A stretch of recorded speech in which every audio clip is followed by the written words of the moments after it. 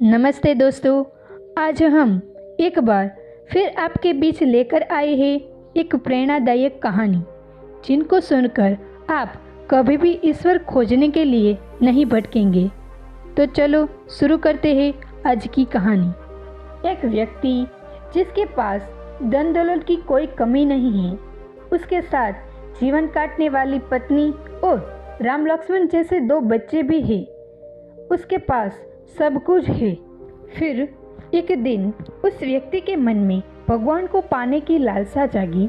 उसने सोचा कि मैंने बहुत सारा धन कमा लिया है, अब कभी भी धन की कमी नहीं आएगी, पर मेरे पास ईश्वर नहीं है। मुझे ईश्वर के दर्शन करने हैं। उस व्यक्ति ने ईश्वर को खोजने की ठान ली। फिर उसने कई सारे मंदिरों और धर्मस्थानों का निर्माण करवाया, पर उसे ईश्वर के दर्शन नहीं हुआ। फिर उसने दान पुण्य करना शुरू किया। उसके खजाने से कई सारा धन दान पुण्य में लगा दिया, फिर भी उसे ईश्वर नहीं मिले। फिर उस व्यक्ति ने सोचा कि अब मैं बड़े बड़े धामों के तीर्थ करता हूँ। उस व्यक्ति ने कई तीर्थ स्थानों के दर्शन किया। ऐसे ही 20 साल गुजर गए, पर उस व्यक्ति को ईश्वर नहीं मिला। भगवान को पाने की कोशिश करते करते वो इंसान थक गया और आखिरकार वो एक दिन महात्मा बुद्ध के पास गया और कहने लगा कि महात्मा, मैं 20 साल से ईश्वर को खोज रहा हूँ, पर मुझे ईश्वर कहीं भी नहीं मिले। क्या आप मुझे ईश्वर पाने का कोई मार्ग दिखा सकते हैं? उस व्यक्ति की बातें सुनकर महात्मा बुद्ध उससे पूछने लगे कि सुनो बालक, ईश्वर खोजने को कोई बड़ी बात नहीं है, वो तो बड़ी आसानी से मिल जाते हैं। अच्छा, तुम ये बताओ कि ईश्वर को खोजने के लिए तुमने क्या क्या और कहाँ कहाँ खोजा? वह व्यक्ति बुद्ध को पूरी बातें बताते हैं कि मैंने कई सारे मंदिरों और धर्मस्थानों का निर्माण किया, दान पुण्य किया और कई सारे तीर्थ स्थानों के दर्शन किए, फिर भी मुझे ईश्वर नहीं मिले।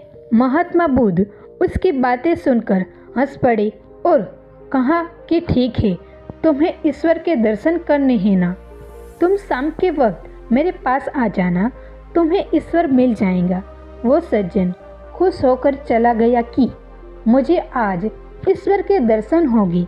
फिर कुछ देर बाद संध्या होने को कही आई, पर महात्मा बुद्ध संध्या होने से पहले कुछ ढूंढने लगे। शिष्य ने आकर पूछा कि गुरुजी, आप क्या ढूंढ रहे हैं? महात्मा बुद्ध ने बताया कि मेरे पास एक कीमती मोती था, परंतु वो कीमती मोती कहीं खो गया है, उसे ही ढूंढ रहा हूँ। महात्मा बुद्ध की बातें सुनकर शिष्य भी उस मोती को ढूंढने में लग गए।